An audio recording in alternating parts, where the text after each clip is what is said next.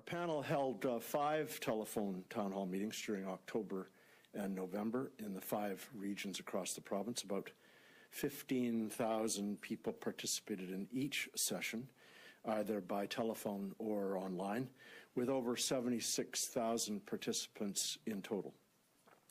If you'd had the pleasure of listening into any of those, you would have heard 142 people contribute live during the meetings, and we logged about 3,800 comments and questions throughout the process.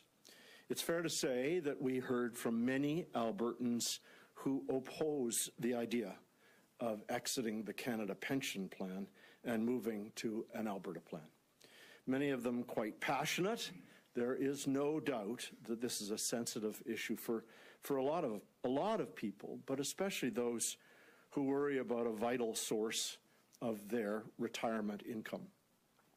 But we also heard from a number of Albertans who are entirely in favor of an Alberta pension plan. Some of them supporters of the government taking greater control of the province's destiny, some thinking it a good way of enhancing our financial sector, and others supportive of an APP because of the savings it might offer, either higher benefits or lower premiums, or both. But there are many people who still need more information before deciding. They're concerned about how an Alberta Plan investment fund would be managed, whether their pensions would remain portable, and of course the big question is the number. What is Albertans' share of the Canada Pension Plan assets if an Alberta plan is established? It's a gobsmacking number. There isn't anybody that I know who isn't surprised by the number. But as I read through the report, I pulled out my own handy-dandy calculator and went through the numbers, and found that over those period of years, that contributions by Albertans and their employers were X.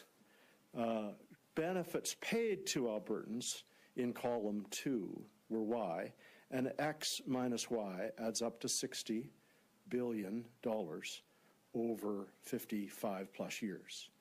And that doesn't include the amount of interest that's earned on the accumulating balance. And that's how LifeWorks has come up with the number. Lots of dispute about it. People have disputed it since day one. And what the government has wisely done is said, okay, federal government, you're overseeing the CPP. Tell us what your opinion is of that number. And I think asking the chief actuary for Canada, another actuarial, professional, certified actuarial expert, to opine upon the number is the smart thing to do. We've started this process. We released the report. Very pleased that the federal government at least participate in the sense that they want to get the chief actuary involved. So I think it's important to see what the chief actuary comes back with.